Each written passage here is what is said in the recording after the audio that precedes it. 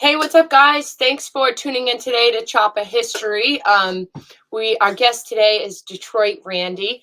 But before we get to that, I want to give a shout out to a couple of people that chimed in. Jason Sims, who runs the Chase that I will be on September 14th to the 26th. I believe those are the exact dates. But if you guys are anywhere near Route 66, that's where the route is. So go on the Motorcycle Chase website to see where our stops are and come out and see us. Because we like to see guests, we like to see people on the road. And then DP will be at the end in Santa Monica with us.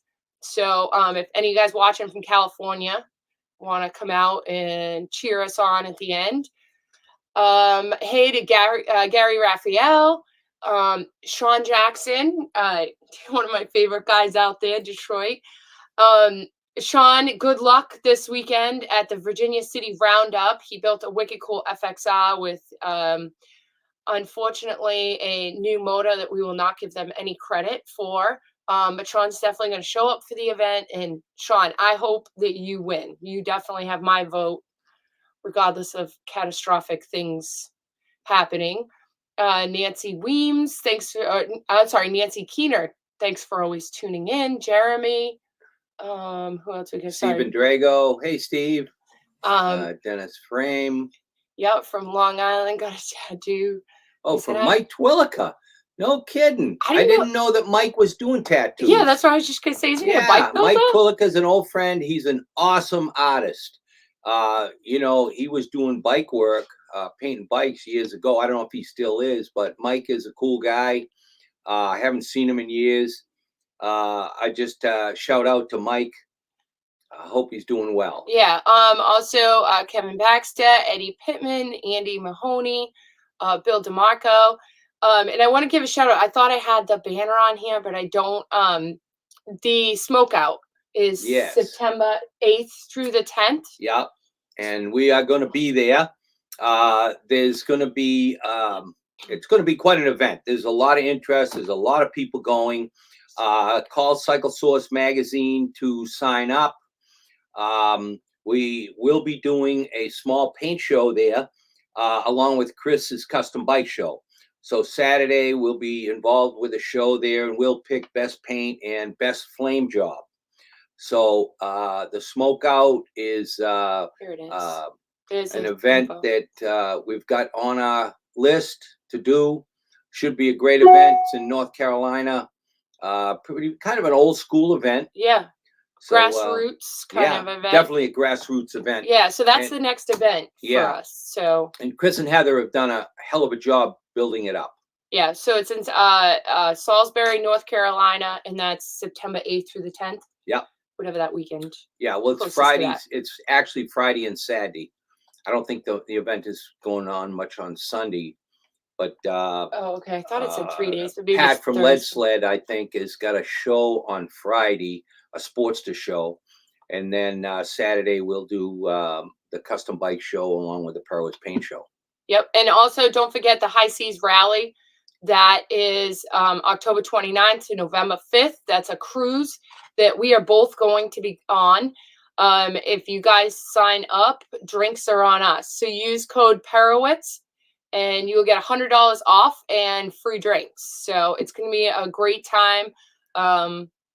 We have never done something like this, so it's pretty cool. We're excited for it. We have a couple of things that we're painting that they're going to raffle or auction off. So it should be a really good time. The High Seas Rally goes to 3 different islands, 7-day cruise. So if you guys want to come on a cruise with us, there's your chance. Right.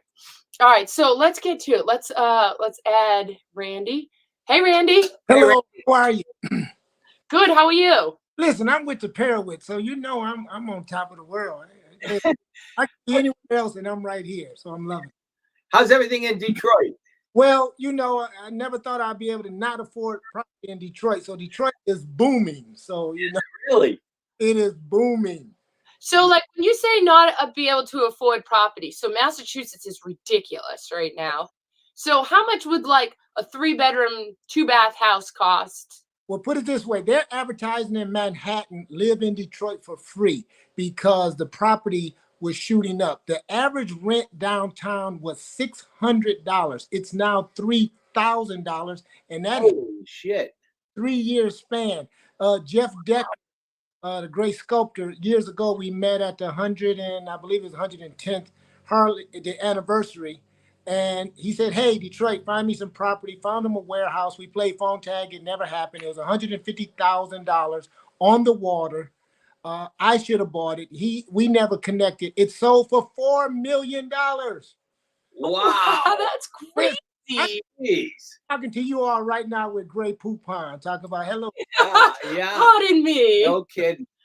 Hey, Randy, I got a question for you. Yeah. Do you remember a guy named Yosemite Sam? Oh, absolutely. I have a Sam bike. I have a Yosemite. Really? Oh, no way. Found in the basement in Detroit. No kidding. I will not say what I paid for in case you want to buy it. No, I'm not selling. Yeah. Well, let me ask you this: is it for sale? No, sir. Well, Wow, if you everything's see for any, sale for the right price. I'm looking for one. So it's great that you say that, DP. They have come up. You're going to want to punch me through this great communication, because I had a chance to buy one probably 2 years ago.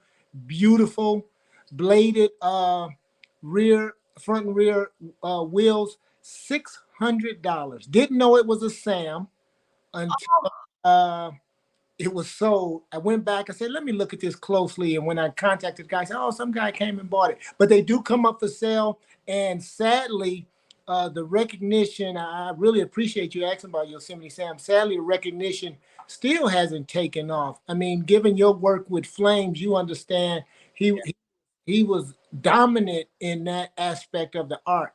And so, yes, I have a Yosemite Sam, and it is it's the bike that keeps wanting to throw me off, so I don't ride it as much. But Hey, listen, I'll take you a picture.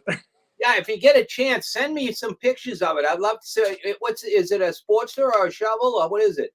It is a Honda 750. Okay. I try not to be profane, so when I bought the bike, He built a lot of cool 754s. he did a lot of cool 754s, and this gentleman bought this bike new in 71. He connected with Yosemite, and he had the bike painted. I didn't know it was Yosemite Sam. I went to look at it, and I kept saying to the lady, "You mean Hollywood Sam?" Because there was a famous black drag racer in Detroit. And she says, "No, Yosemite Sam." So I said, "Okay." Then I saw the title of the bike written on the bike, and I said, "Ma'am, I hope you don't.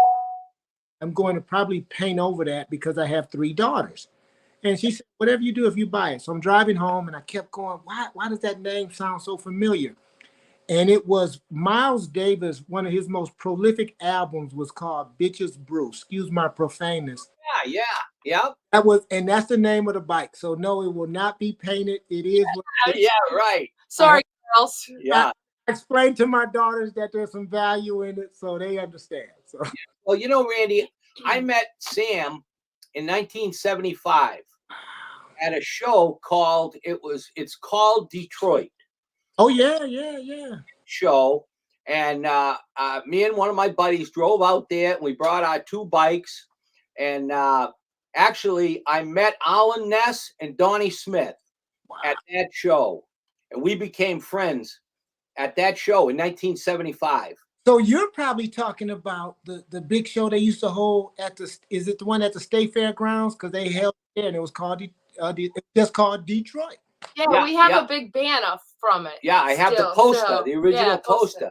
Now listen, those posters are probably worth $3. I'm gonna give you $5.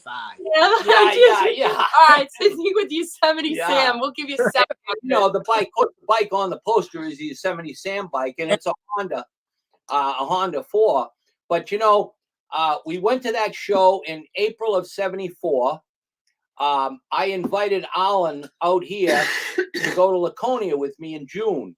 Okay. He flew out and shipped his bike out here. We went to Laconia, and he said, "Hey, I know a bunch of guys in Detroit. You want to take a ride to Detroit?" I said, "Sure." So we threw both bikes in my van, and we drove to Detroit, and we stayed with Sam and his brother Jim for the week. Wow. And rode with Finch and Carlini and all those custom guys from that era. Listen, look here, folks. Next time I see you, I'm just going. You're gonna keep saying, "Why does Detroit keep rubbing up against me?" I'm just trying to get some of that because you just named, and a lot of folks might not know. You just named some heaviest hitters that came out of Detroit. I have a Carlini chopper, Sportster original paint. We'll be honoring Ron Finch. Ron lives about 20 minutes from me. We'll be honoring Ron Finch at the Damn Show in September because these prolific builders and painters, I tell folks all the time, if you're talking about choppers and you don't mention Finch, you don't know nothing about choppers. Oh, absolutely. You Yeah. know? Ron Finch is quite a character. You know, we've been friends since 75 and, you know, we've done a lot of shows together over the years and Ron's a cool guy. So have you seen this movie? No. Yeah, they did a movie and it's called That's All It Is. It was released about 5-6 years ago. They had a premiere night. I went there. It felt like I stepped right back into the 60s. And everyone there was being called Finch men. So I tease Ron all the time. I said, Ron, how can I become a Finch man? He hasn't answered. So I don't know if I got to be jumped in, taken people. So I've stopped asking. Listen, okay, Ron, it's fine. I don't need to be a Finch man. But yeah, they got a movie called That's All It Is. And they to look it up. Check it out. He is the Salvador Dali of motorcycles. Yeah, Finch is pretty amazing. Yeah. Yeah, in fact, Jody has some of Finch's. We have a couple bugs. Yeah. I have an air cleaner bug, and then I have a turtle, a spark plug turtle. Listen, Yeah. Ron Finch living today is like running into Vincent Van Gogh, Michelangelo, Tanner, these great artists, and then acquiring their artwork. We have some great folks. I have a saying, I have a traveling Black History Museum, and I always say, we share history while standing in the footprint of history. And to meet these folks who are still among us, right? Yeah. They're doing artwork. So yeah, you know. And look, maybe I'll trade a bike for some Finch artwork down the road, Jody. Who knows? Hey, did you ever go to Finch's old shop? I haven't gone to his shop. I've been to his house a couple times. Hey, look, the next time y'all in Detroit, go by there. He has this room with all of this blue glass and the light comes through this tent. So he actually took that from the old shop. Yeah. Well, when I was out there, he had just finished building his shop.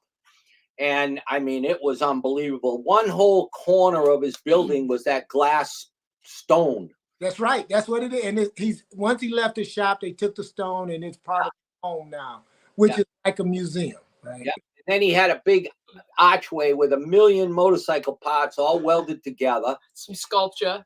Yeah. Then inside his showcases, he had a whole series of showcases. And what he did was he went to the junkyard and he found a fleet of old 50s taxi cabs. And he took the windshields out of all these taxi cabs and made them all into showcases. All these showcases had windshields from old taxi cabs. So I need to go see Ron because I've said I don't mind all the parts, but they have to be somewhere. I mean, you're tripping over 4-cylinder motors. You're tripping over, you know, what? That is something I'll be talking to Ron with. Ron he does a show in the Catskills. He does, and we've been trying to honor him for a few years at our show. We give we're on one of the few shows in the country, probably the world, that gives a class ring. And so we give a legend ring. And so he made some adjustments to his schedule. And we're trying on the Friday night to show his movie. Because we really want folks to know out of Detroit was some serious building. That's right. That's ring there with his legend ring. One day they're gonna tell me I can wear one of my own rings. But until then, I was just saying, whose ring did you borrow? Yeah, well, that's cool, man. That's cool that you're able to do that kind of stuff. You know, we got to promote this lifestyle, and I'm working on a mission statement. Someone asked me, why am I doing the show? Given that there's so many shows, I said, I'm going to create the type of show that it feels like family, and we're gonna change the world one show at a time. So when you come to my show, you usually leave there with a few new friends. It's no point contest. If you get invited, the invitation is the prize. You present a bike, you get a class ring. And I dare not compare myself to Don King. I don't agree with his philosophy. However, he was one of the greatest boxing promoters. So I tell people, no one's going to ever out promote me on growing this two-wheel life. It is so important, as one of my mentors says, if you're not playing with motorcycles, you're only living half your life. And he's right. Yeah, true. Yeah, that's true. True. So I mean, I'm preaching to the choir. You all know this. That's kind of like what my point was of this show, is to preserve motorcycle history. Like you guys talking about Yosemite Sam. I unfortunately never met him. I didn't even know about him, to be honest, until my dad started telling me these stories. They're such cool stories, and you're not going to Google them. You know, story can't tell you about them. You can only hear from people that have lived it. And it's like so cool to keep passing these legends on, so the people give respect to the people that started it. You know, the people that were doing stuff when you couldn't just open a catalog and order something. You just hit it on the head. Half of what we share, let me back up, 75% of what we share, you're not going to be able to Google it. You're not going to find it in a book. I mean, we lived it. You think about this. What was it, last week? My days blur together. Here we are standing in a room of luminaries, of which you two are. This room full of inductees to Sturgis Hall of Fame. And I'm looking around going, wow, forget the history that's on paper. Just think of what these folks have done. Hey, that's us. I was trying to. There you go. Yeah. And here I am. You know, I got 3 daughters, so I'm always talking about girl power, right? And I'm sitting there going, wow. I was with Micah a couple of days prior, and we know each other from the Race of Gentlemen. Yeah. I had no clue he was an inductee, right? He just got in the same year I did. Micah McCluskey. Yeah, he got in Micah's an old friend of mine. Yeah. You know, and I'm sitting there going, wow. And Jody, you hit it on the head.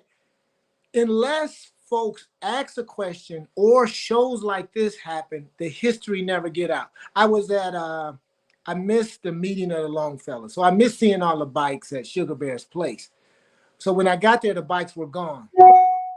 Hey, I don't want to see the bikes. I want to see the man who created the forks that led to the bikes, right?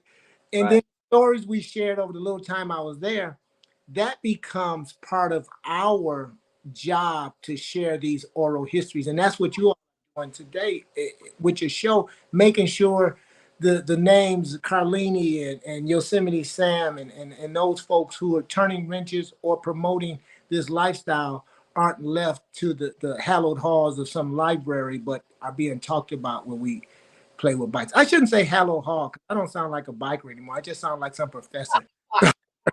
I guess is that where your background of the school principal comes in? It does. So tell us about what your real job was. Well, I just wanted to play with bikes, and my mother said that's not going to happen. And so, you know, I did just hung out in Detroit, and one of my neighbors convinced me he actually said, you're bigger than Detroit. So I joined the military and served 2 tours. And my last tour was at the seat of the American Revolution. I was stationed at Hanscom Air Force Base in Bedford. So out in Concord and Lexington. Yeah. And before I got out the service, someone told me, I was going to this school on the base, and they told me about this program at Harvard.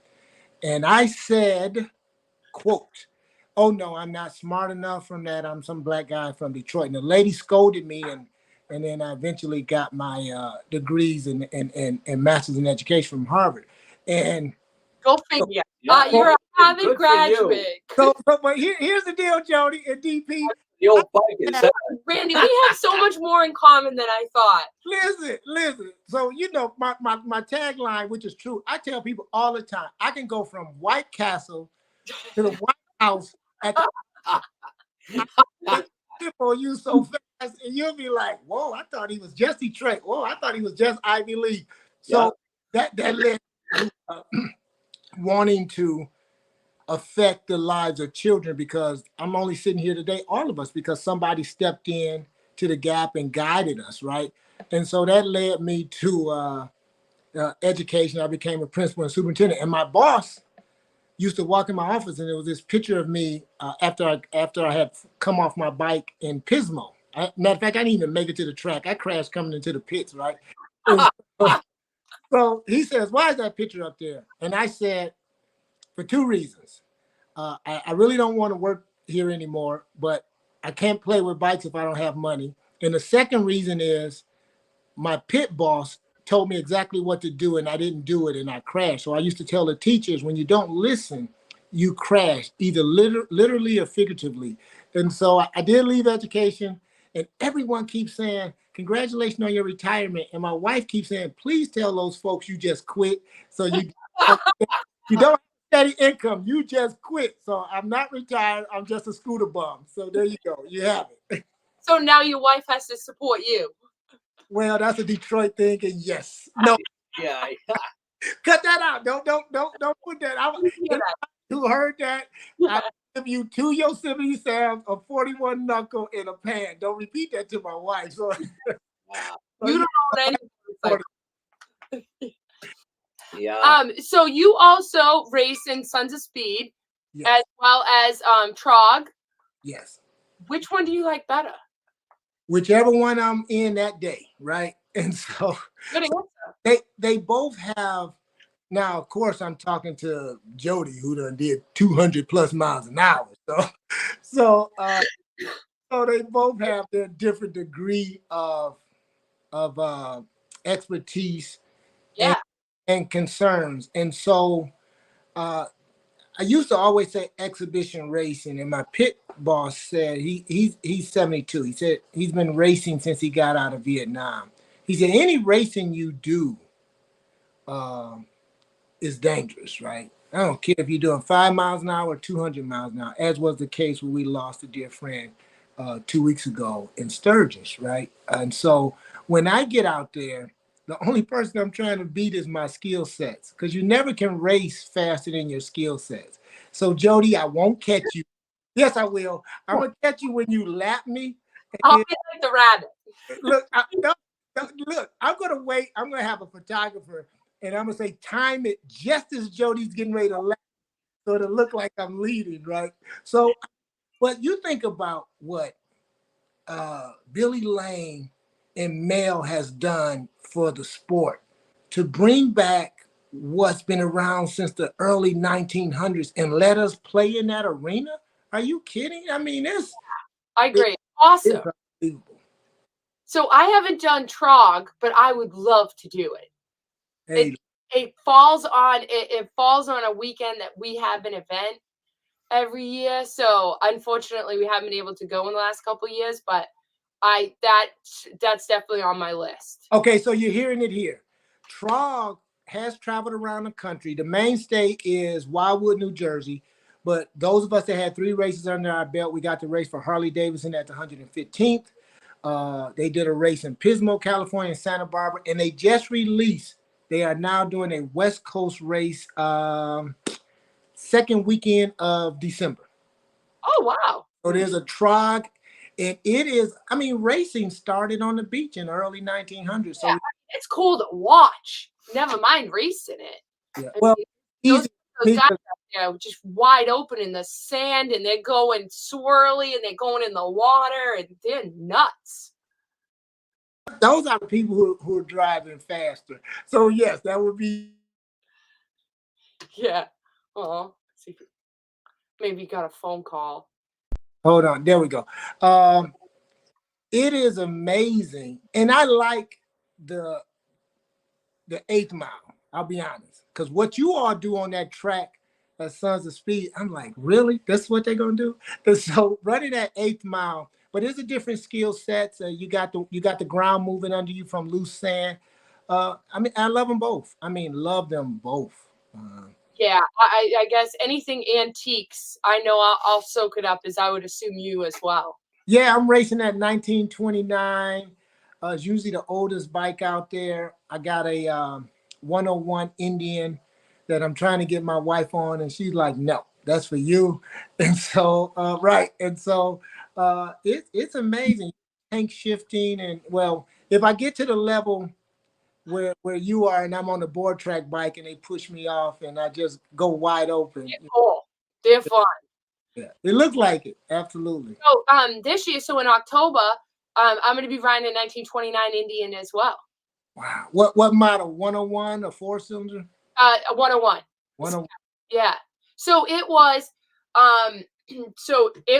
raced in 1930 and it won the state championship in Kansas. So now 92 years later, I'm going to be racing it on the track, you know, and hopefully like, oh, it'd be so cool to say like, oh, I'm taking home a checkered flag 92 years later. Listen, how cool is that?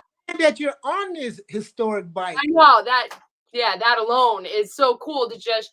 And so it's the son. It was his father's bike, and they restored it, and it's been kind of sitting. And he said he's like 85, and he said before he dies he wants to see it back out on the track. And I'm like, all right, so that gives me at least like 10 years, right, Jerry?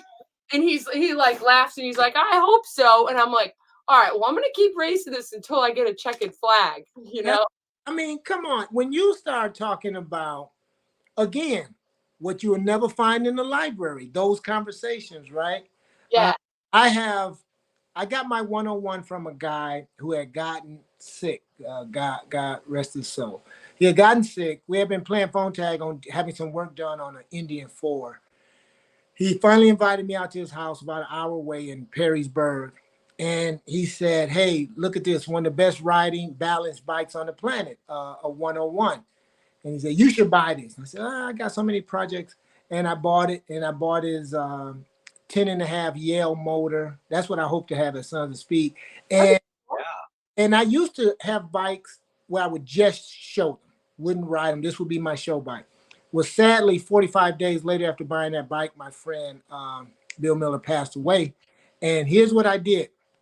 I never build another bike that I don't ride or play with or do all of that. I promised myself that. So, yeah, somebody might be saying in 200 years, oh, this bike was raced by some cat out of Detroit named Detroit. So let's run it. That'd be cool. That's cool. Is to bring that we're bringing back history, and also by people coming and watching it, they learn about it, regardless of whether you're trying to learn or not. You know, there's so much information at these racetracks, even just looking at stuff. It's so good for people to know the history of motorcycles. It's not just a 22 Road Glide. You know, that's to me, that's not a cool bike. Yeah. You know, anything, I'm going to say FXR, like even like a Shovelhead FXR, like anything newer than that is not really that cool in my book. Don't say FXR. While in Sturgis, I kind of went FXR crazy. I'm like, I got to get an FXR. You do. They are. I mean, I have several of them, and they are my favorite bike. I mean, to ride like every day. You know, I would buy an old FXR over a new, you know, twin cam or even the new motors any day. Well, you look at what Sean did with his doggone FXR. Yeah. He gonna take a new motor and put it in a vintage FXR, and I'm staring at him like, what? Who is this cat? Right? Innovative. That bike. There's so much cool stuff on that bike. He did a good job. And see, here's the kicker, and you alluded to it. We think we're just motorcyclists, and we're actually historians. I mean, you think about what you just said, DP, when you mentioned all those names. Folks have to now go look those people up, do some research, find out about them, because in order to really stand on their shoulders, you kind of got to delve into their history. So we play with motorcycles, and at the same time, I dare not say it to us grungy bikers, we're professors as well, because we have to be historians. We have to be. That must be your schooling coming out, because I've never thought that, but DP is a good professor. He's got a lot of history. Being a professor, yeah. Randy. Really, there's a cat here that took me under his wings. He's 82. He can look at anything. He was good friends with Dale Walksler. And when they would be on the show and wasn't sure, they would call my friend Dave Leitner, and he could say, "Oh yeah, that boat was from 1939, made only in November on a Friday." By and so he started telling me years ago, advising me, "Well, buy these type of bikes, do this from an investment standpoint, but also enjoy them." And I start calling him the professor because of all of this history. And then you find out all these folks. I mean, think about it. You just mentioned that you came to a show in 74. Now, had I not been familiar with the show called Detroit at the State Fairground, uh, but that's that history. Now, everyone listening have to go and say, okay, I got to do some research. So yeah, come to the Perowitz and Detroit College of Motorcycle History. We start next week. Send your tuition in. We will call you. Yeah. Oh yeah. So Randy, Jason actually commented on here, and I was going to ask you this: when are you going to join the chase? Well, I okay. We're staying not too far from you. Look, I would be so honored. I talked with Jason while we were at Billy Lane's tent. I really do need to do that. Fun. It's fun just for the people, because it's like, and I have totally learned this with the Cannonball, and now even with the Chase. Is I grew up in motorcycles. It's what we know. It's 24/7, two wheels, and obviously, my dad, paved the way for a lot of things. So we're like motorcycle history. The antique bubble is totally different. Oh. I became just a person that rides, and it was like, oh, she's going to come with a crew. She's not going to really know what she's doing, this and that. And I was like so proud of myself that like I earned the respect, because the antique bubble is so different than the custom bubble. It's different than the performance bubble. It's different than the FXR bubble. And even the Chase and the Cannonball is different than the Sons of Speed bubble. Oh, I mean, here's my nerd kicking out. And when I bring up nerd, anybody who think they could beat the nerd, I still could fight Detroit style. No, I'm just joking. So listen, you're a nerd doesn't mean you can't fight. That's right. I tell people, yes, I went to Harvard, but I was educated in Detroit. So here's the deal. What you just said, and now I'm really about to sound like a nerd, right? Everything you said is so true, because here's what people don't understand.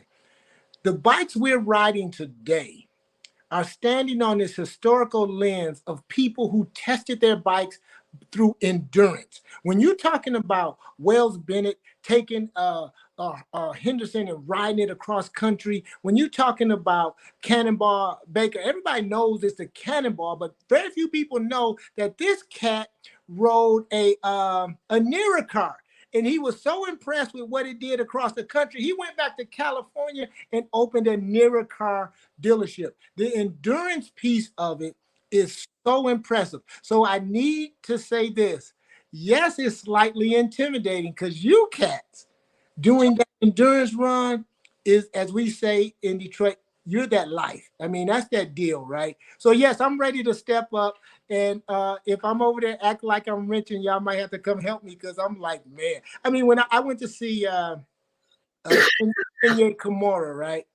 So I'm at Shinye's place, and I'm introducing some folks to Shinye. We went through Azusa after Born Free. And I'm talking and I said, now this Shinye Kimura, when he was on Cannonball, every night, yeah, motor and redo it. Wow. Yeah. So. And he was like, he would be putting along, like literally, where I'm like, holy cow, he's going like 20 miles an hour. And then a couple hours later, I'd see him at the finish line. Like, he's got determination. And whether it's fixing his bike, riding it in general, fixing it on the side of the road, it's usually only the two of them. Like, they get it done.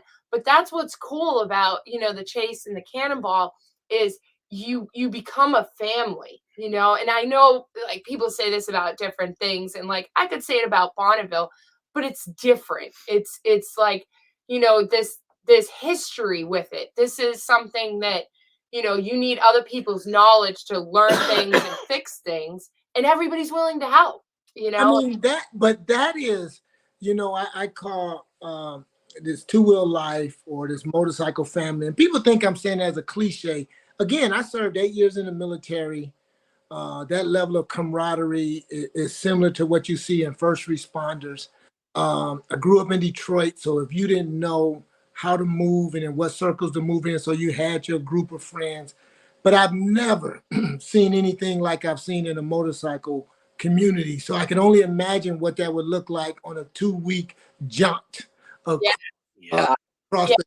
Yeah, I mean, and like I said, the bubbles are just different. And I love that I am in so many different bubbles because it's all motorcycles. And I love motorcycles. But like, even so, like Tom Banks, you know, I became like, he's like one of my best friends all through the Cannonball.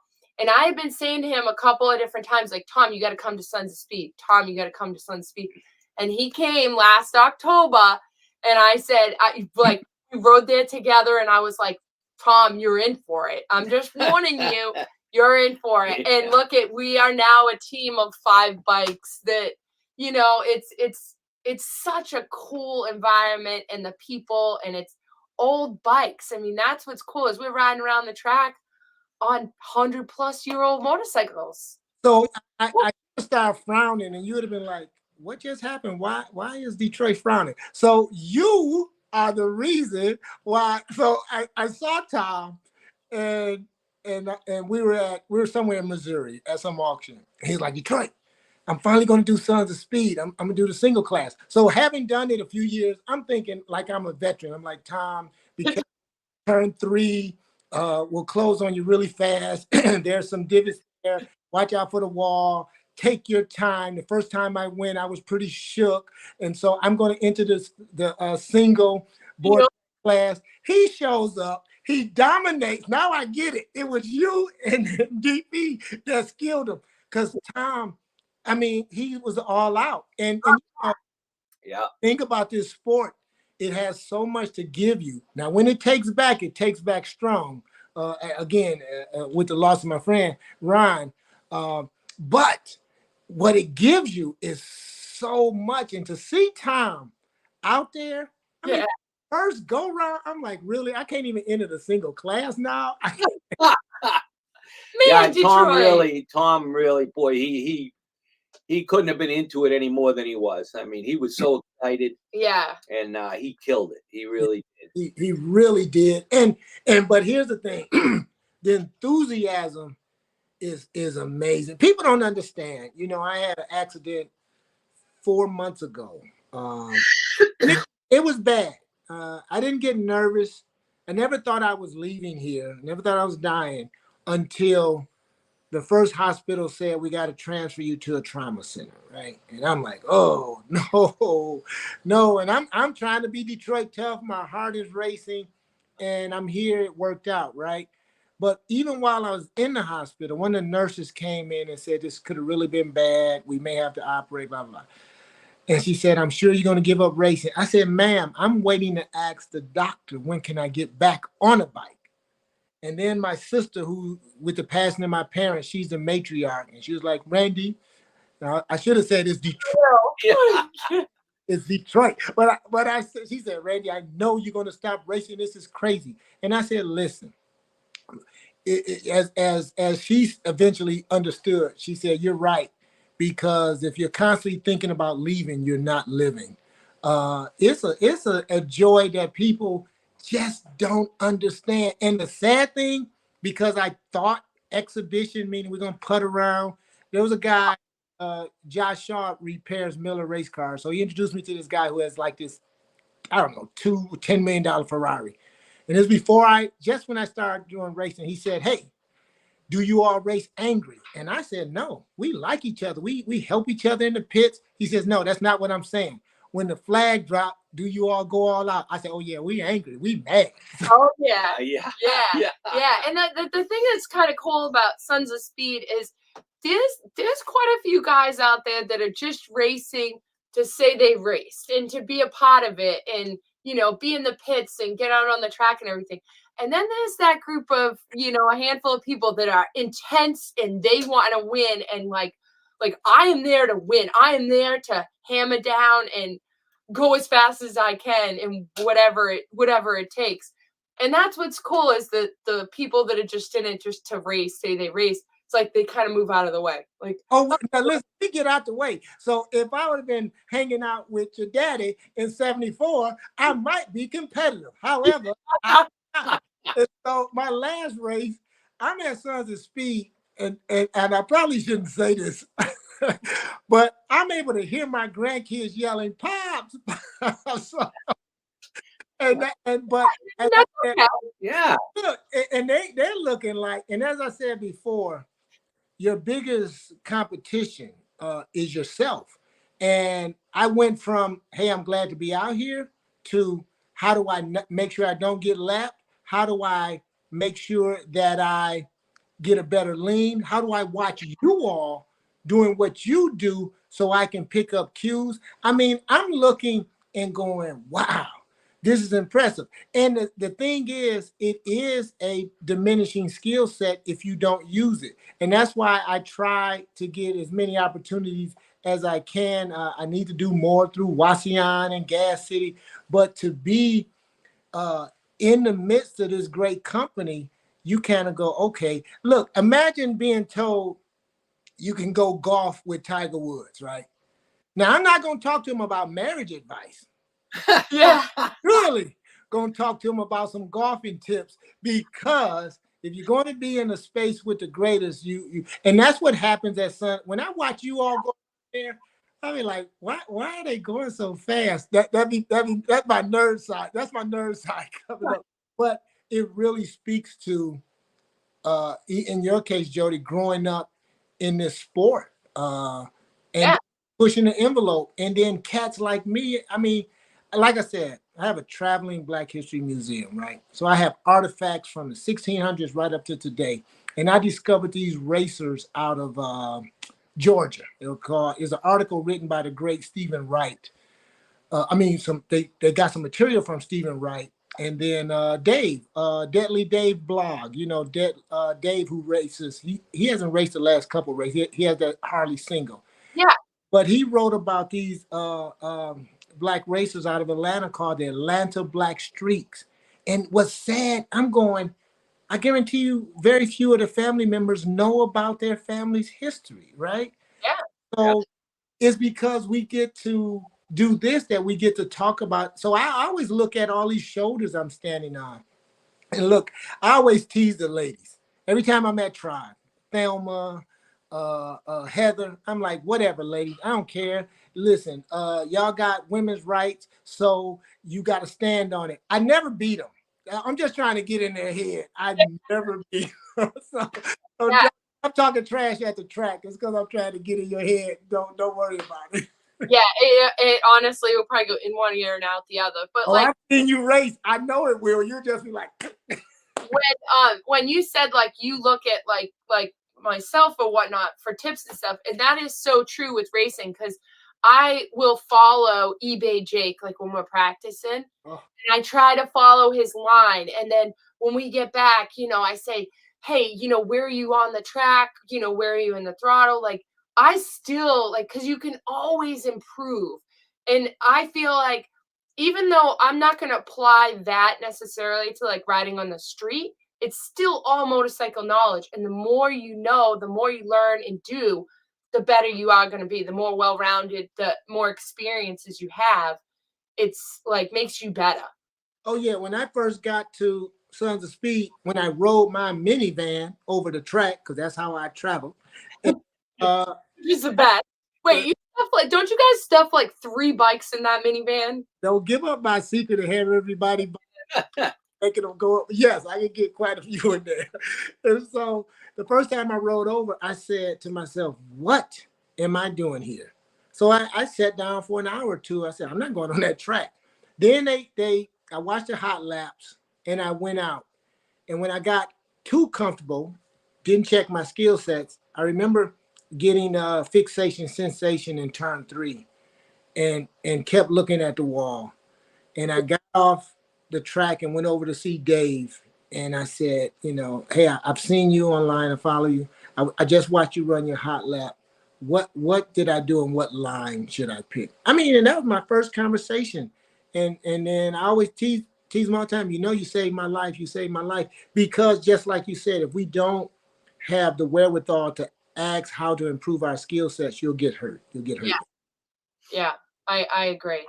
Well, that's just like when we went to Bonneville. Yeah.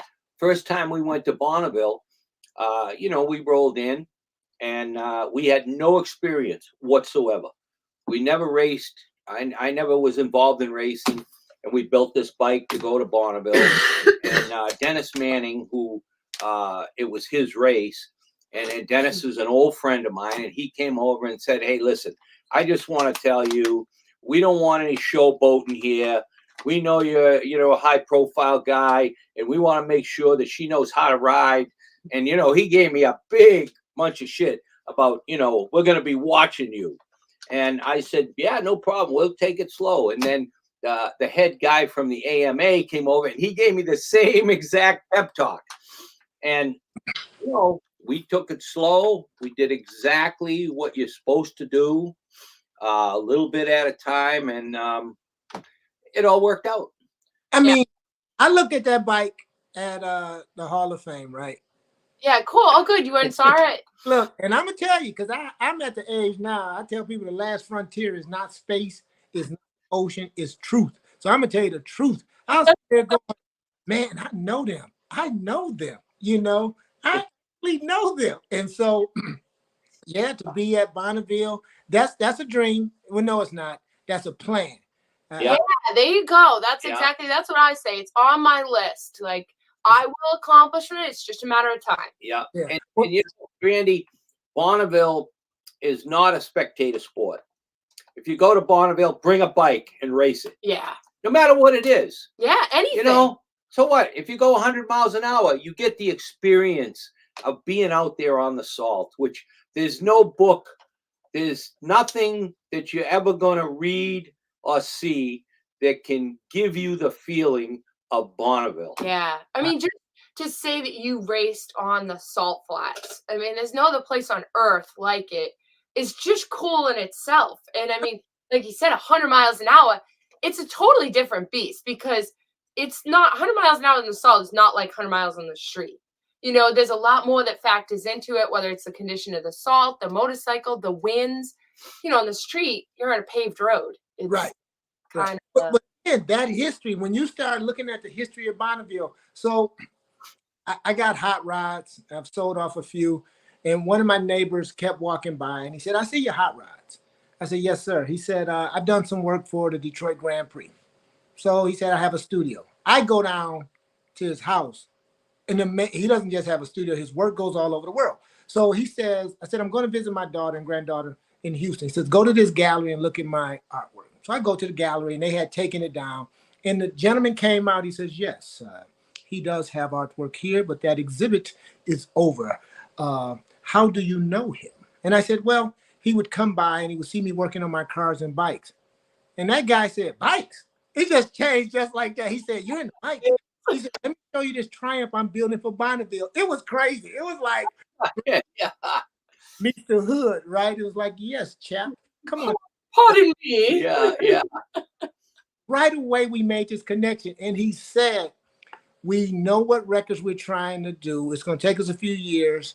And when we go to Bonneville, and it's just what you said, DP. He said, you have to participate. He said, you either ride or you're someone crew. Would you like right. Exactly. Crew? I said, absolutely. And so you're right. I mean, come on. History, Bonneville, Mirage, these great board. I was reading a book recently and talking about guys and getting 12-inch splinters because they come off their bike on a wooden board track, or the track separating, and you have flag holders who would hold the flag up under the track, so you know that history. Yeah.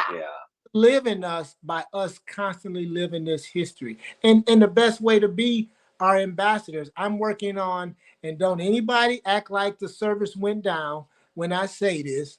You'll be like, oh, I'm sorry, we've lost. Sorry. I'm working on, I've done the electric conversions, right?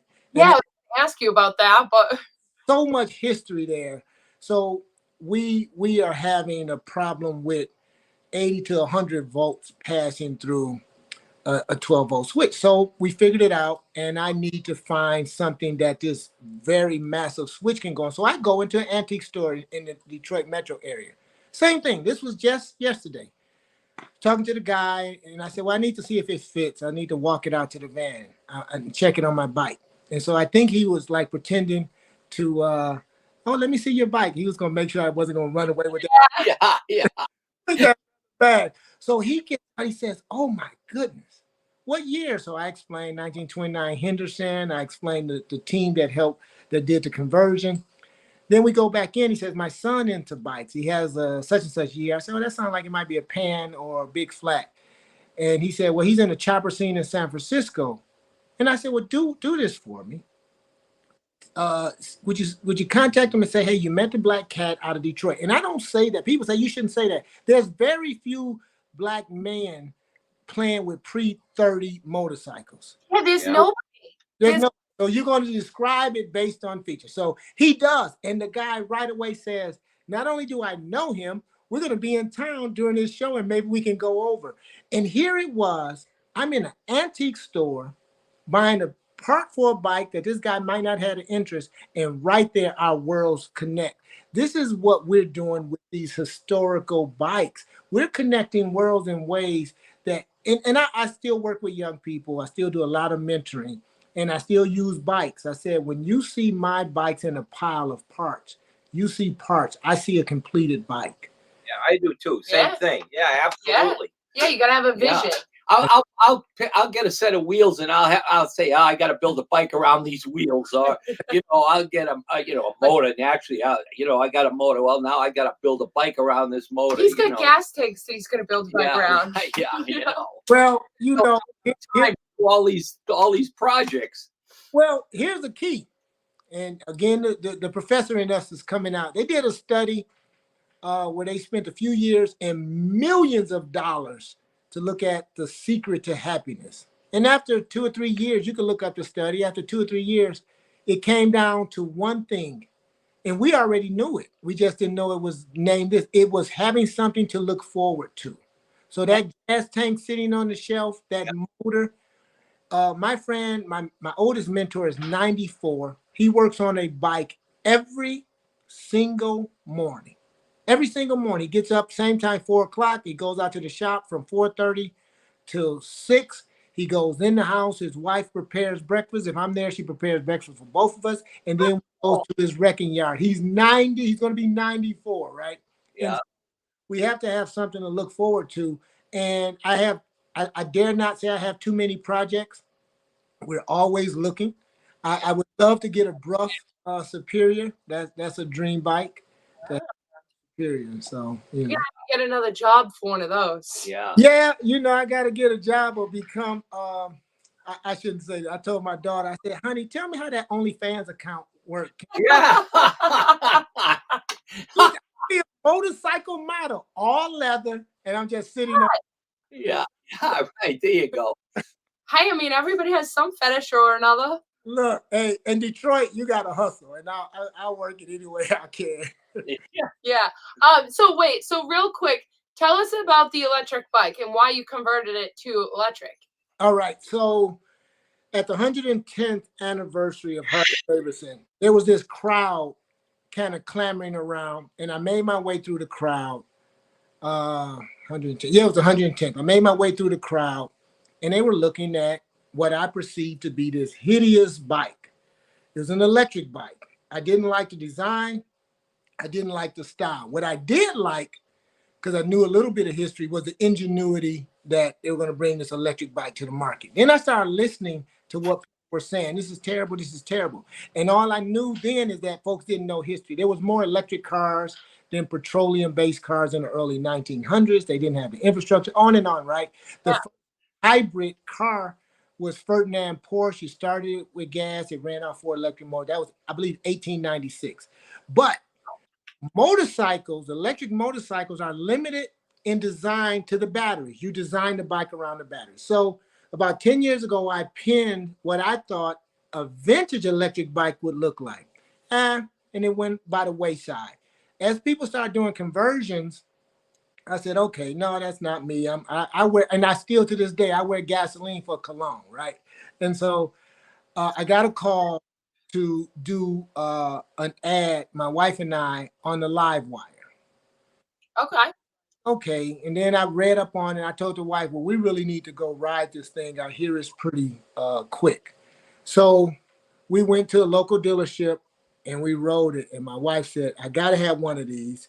She, It was and still is the fastest thing I've ever ridden in my life.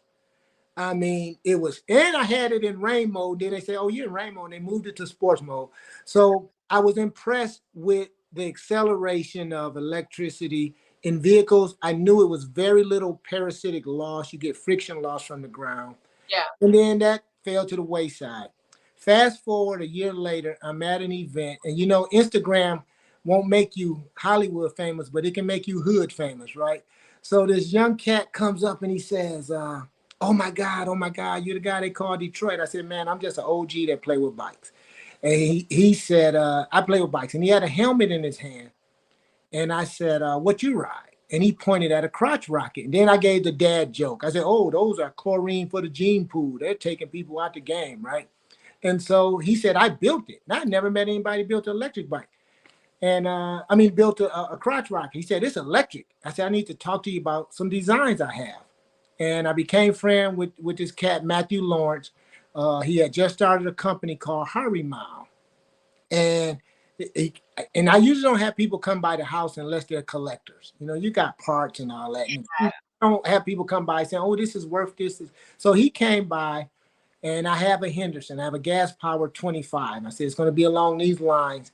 He said, well, then one of his business partner came by later and said, well, we can cast you a motor. I said, no, my design it has to be a 5-footer. You have to get within 5 feet. So myself and Matthew and his team began to, I laid out the design for the bike, and they began to spec what it would take to convert it to electricity.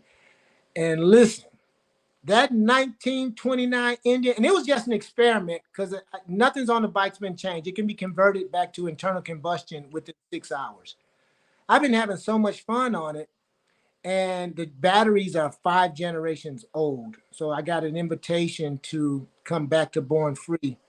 And I said, well, I got enough parts for a Henderson. I'm going to do a Henderson, but we're going to use new generation. So this current Henderson does 100 miles an hour on the ground, about 140 on the bench.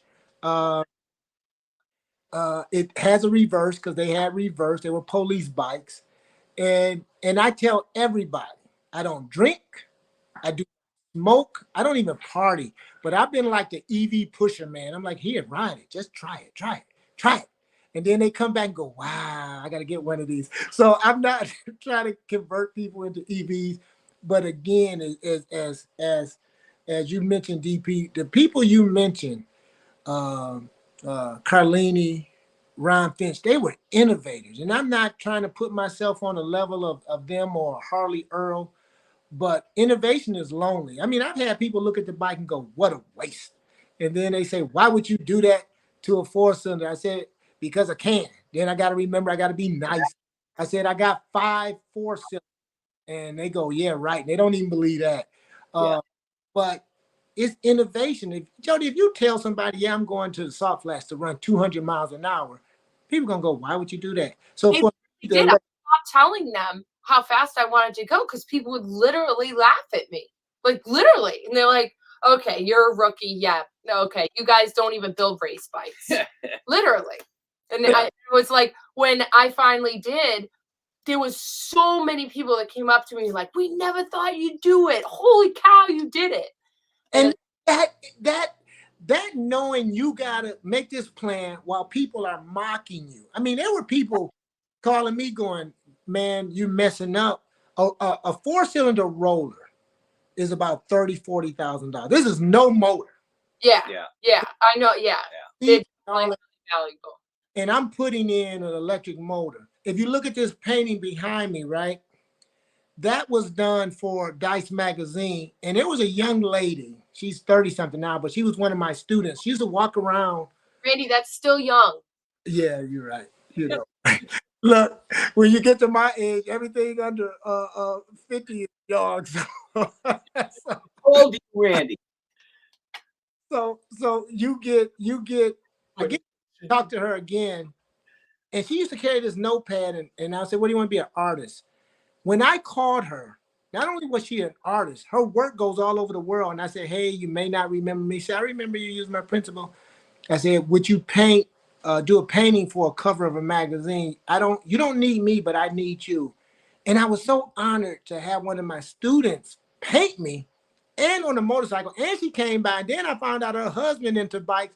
I'm like, this is the best world going. So Yeah, killed it. That's a cool painting. Yeah. yeah, she made me look cooler than I think I am. She killed.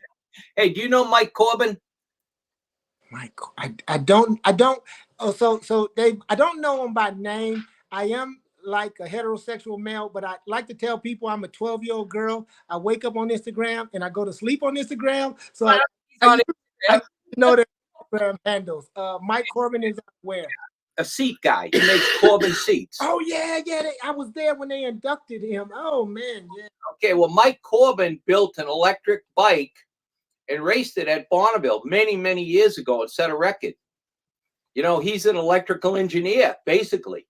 So, none of this is new under the sun. So I went to the gurus. I'll give you just a 30-second overview. I went to Bruce Lindsay, and Lindsay was over the AMCA archives for 15 years. And I said, I want to do an electric bike. What do you think? And I'm okay with, I do what I build what I want, do what I want. But I valued his opinion. He said, if you're going to do that, just make sure you put a chain on it so it's a motorcycle, right? Because we're going to do an electric wheel. Then he began to tell me about this electric bike that was at Bonneville. And I'm like, what? I'm not new to this? And he's like, no. What I am new to, I didn't change the design of the bike. He began to tell me about Corbin's bike that was bodied in and was running on these gigantic batteries. Yeah. And setting records. And then this is when I really was embarrassed. The cat that just got inducted out of I believe the UK, Robin. Oh yeah. Yeah. He ran Robin Bradley. Yeah. Yeah, from England. Absolutely. So he stops me. He says, "Hey mate, I want to talk to you." That's my best English.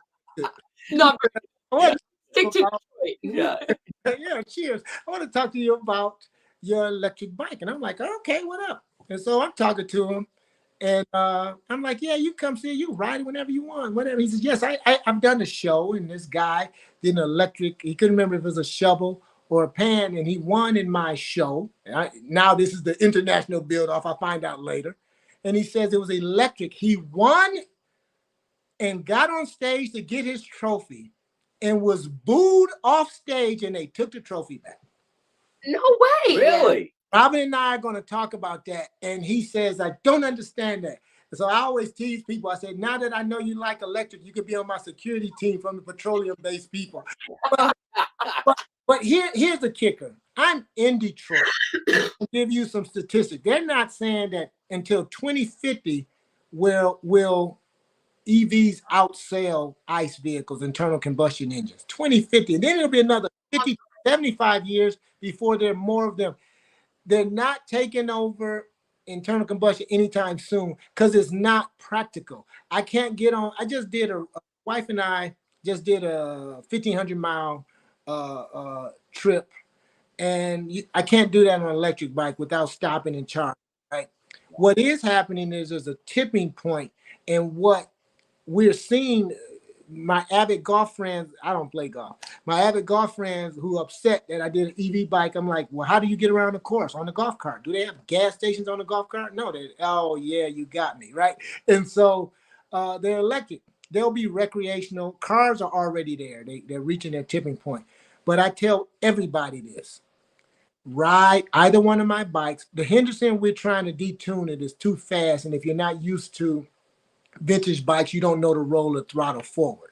Right. There's no snapback. There's no snapback. And so you can get on this stuff today and you can throttle back and you just open your hand up and you can't do that. So the Indian is tuned where anybody can get on it. The Henderson's pretty fast.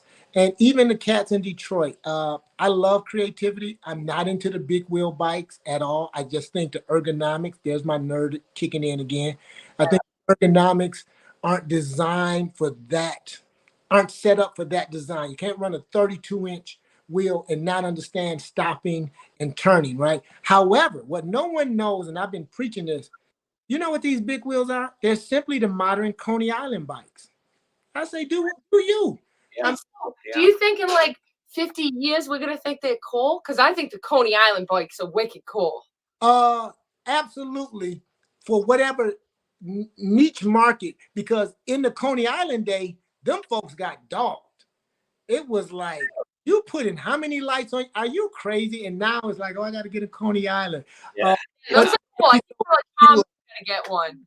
Tom needs one of those. listen, if Tom get a Coney Island, I'm trying to get a Coney Island. If you make it to the museum in Milwaukee, there's a bike. A friend of mine, he has I believe it's a 71 shovel head, and it's called Blackula, and it has all of this period correct. Some of it is NOS Coney Island pieces. So Frederick, he sat on my bike years ago, and he's like, man, I got to sell my modern stuff, and he goes and buys this bike, and I don't see the bike again until I'm in Milwaukee, paying respect to Nancy Davis. And so when I come up, there's at the funeral home, there's this cool Coney Island shovel, and I keep thinking I got Detroit swag, and Fred walked up, and I'm like, this is that guy I keep seeing on the Instagram. He's killing it, right? He rides around in Milwaukee in a fur coat, right? Riding on his Coney Island. And so, yeah, tell Tom we got to get down. I'm the Coney. The more doodads and lights, the better. Yeah. Come on now, I'm telling you. Listen, we can have a style. The four of us. Yeah. Yeah. You two and me and Tom, we're gonna convince Billy to let us race. Okay, I've gone too far. We won't race. We'll just be the parade. Hey, Rick, did you ever know a guy named Chet Hall? No. He was a Detroit guy. He was there you go. You got to look it up now. yeah, he was belonged to a club called the Highwaymen. Oh yeah. Chet was a real character. I met him in Detroit when I was there, and we became friends for many, many years until he passed away. Chet Hall. Wait a minute now, because now my history kicking in. Highwaymen, famous because out of Detroit. Chet wasn't the black guy, was he? No, he was a white guy. Okay, you know, there's only one or two black guys that's ever been in the Highwaymen. Pretty famous, I know. But no, the Highwaymen, I do MC, and some of my club brothers hang out at the highway. They just had, I think it's called something on the avenue, where when they do their inspections, they race right in front of the club. Yeah. And so, Jody, you gotta come out here and show them something. No, that sounds like fun. Don't anybody call me, but yeah, the Highwaymen have a very solid presence here. Chet Hall, I will absolutely check it. I'll pick it up when I wrap up with you. I'm gonna call my buddy. You know Chet Hall? Yeah, he used to wear a black. You're already impressing me with all your Detroit hookups. A black like button-down shirt with the white lettering was their deal, and he used to always talk about Chili Willie. Did you ever know who that was? No. Chili Willie was some black drug dealer that died, and they rolled him into some gold-plated coffin or something in Detroit. Oh yeah. He got married. You're talking. That was actually a trick question. See if you knew a drug dealer. Yeah.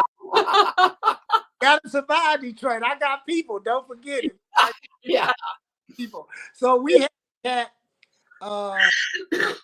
cat. Maserati Rick. He got buried in a Mercedes coffin. Listen, you gotta text me these names, because I wanted to get up and get my pen, but that.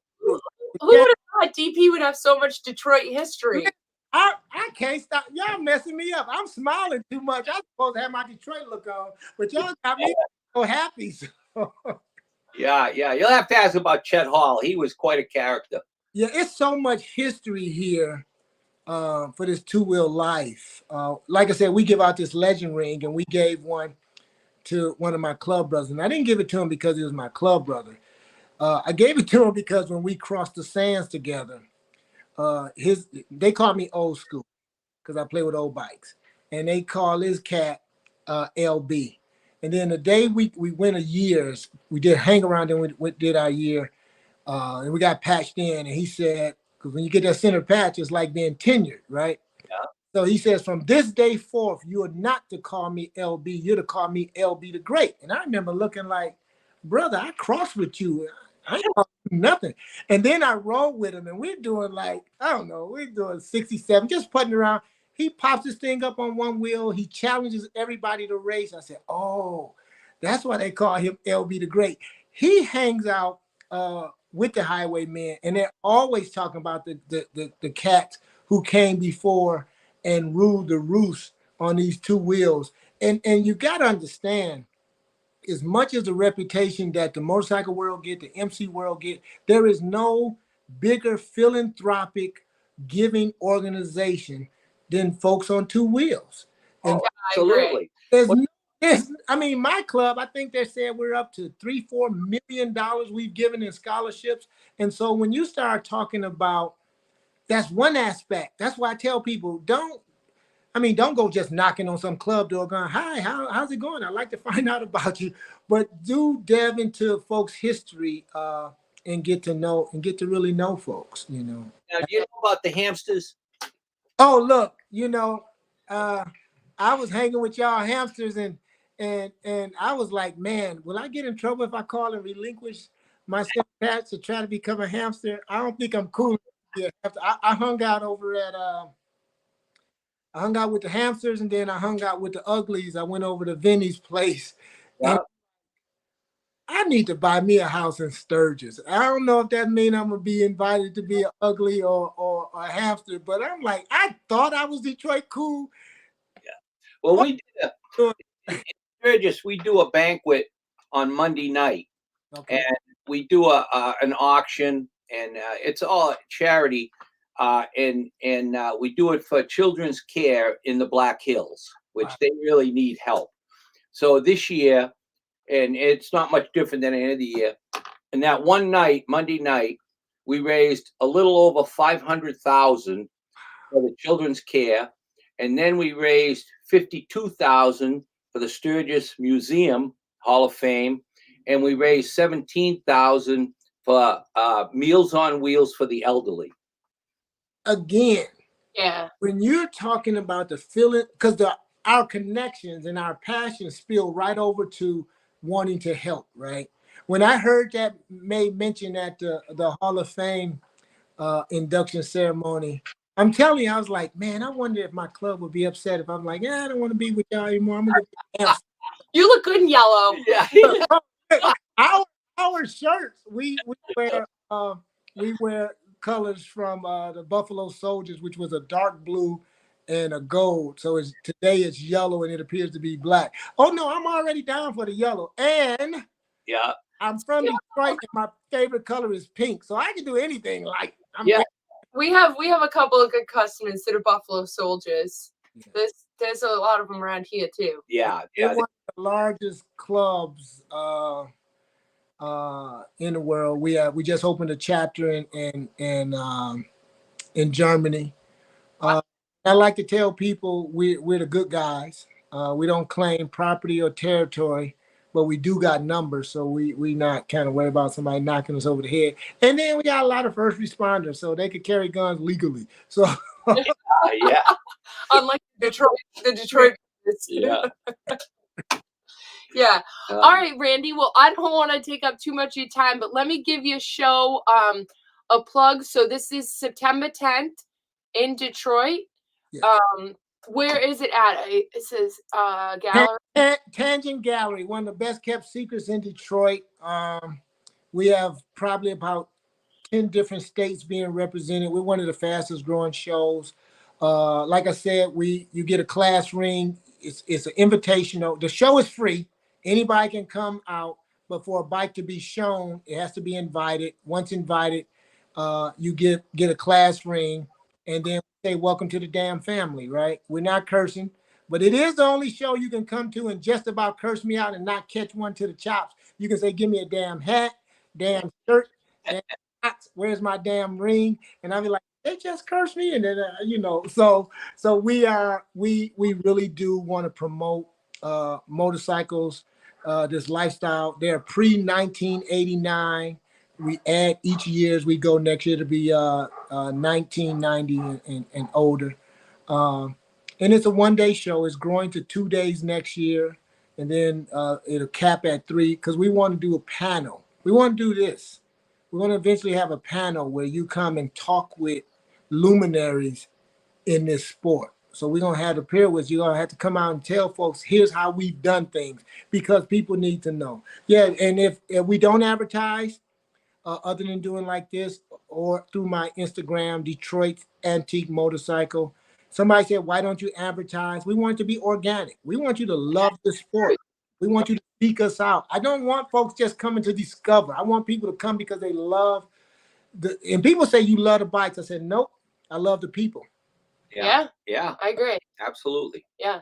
All right. So it's in your Instagram is Detroit Antique Motorcycle. Yes, Detroit Antique Motorcycle. Hey, if you can't make it to my show, you go to the Smokeout. You need to be in one of these places. We're going to check. We're going to be at the Smokeout for sure. One or the other. We're checking. Right now, world knows 2 places need to be. The Smokeout. We should check in with each other. That's right. That's right. Yeah. All right. Well, Randy, it's been a great show, man. You are an interesting dude, man. Thank you.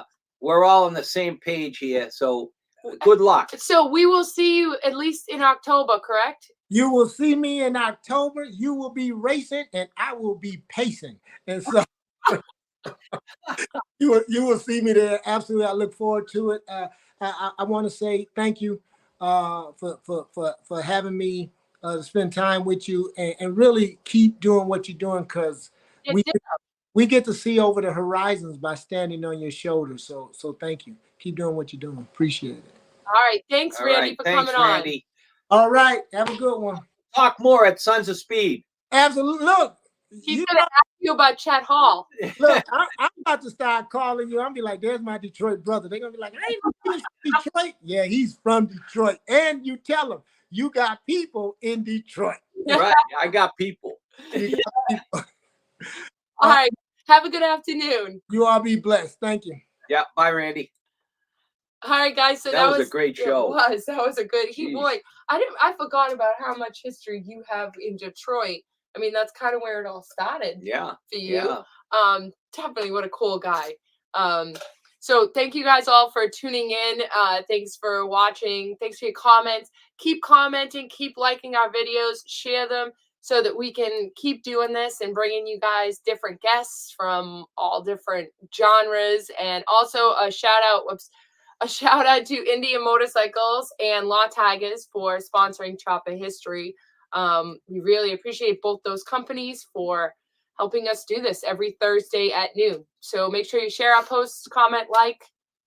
Got anything else? Yeah. No. If anybody's got a Yosemite Sam bike out there, let me know. I'm interested. All right. Thanks, guys. We'll see you next Thursday.